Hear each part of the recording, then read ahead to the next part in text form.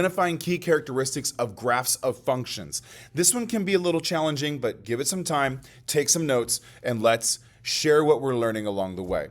Over on the side here where it says select the number of y-intercepts, you look at the graph, you look at where the graph of our line crosses the y-intercept, and you make your selection. So this graph that I have, no y-intercepts, no x-intercepts.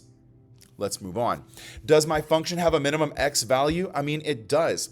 From left to right, I want to look at where the function's most leftist location is and call that the minimum. And that's what I've selected here. That therefore means, because the function has no maximum value, it continues to go to the right, that the function has a domain that is a subset of all real numbers.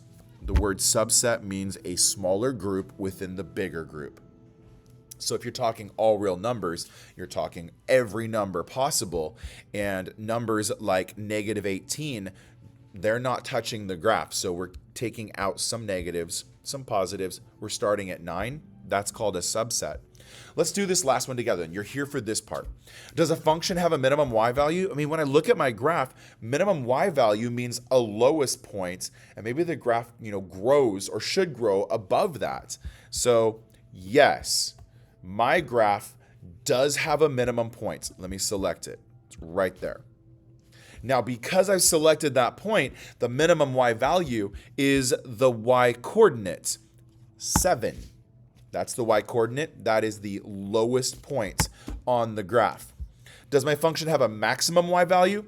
The fact that this graph is going to grow and grow and grow and grow and grow and grow and grow means no, it does not have a maximum y value.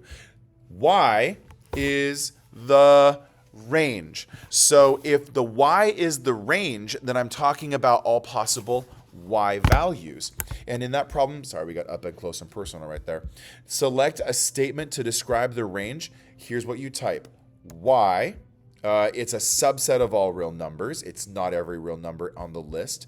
Negatives are not allowed. The graph doesn't go as low as negative numbers. So it's not all real numbers. It's a subset of real numbers. Enter an equation or inequality for the range. I'm going to enter y is greater than or equal to, because we climb up from the height of 7. Lock it in.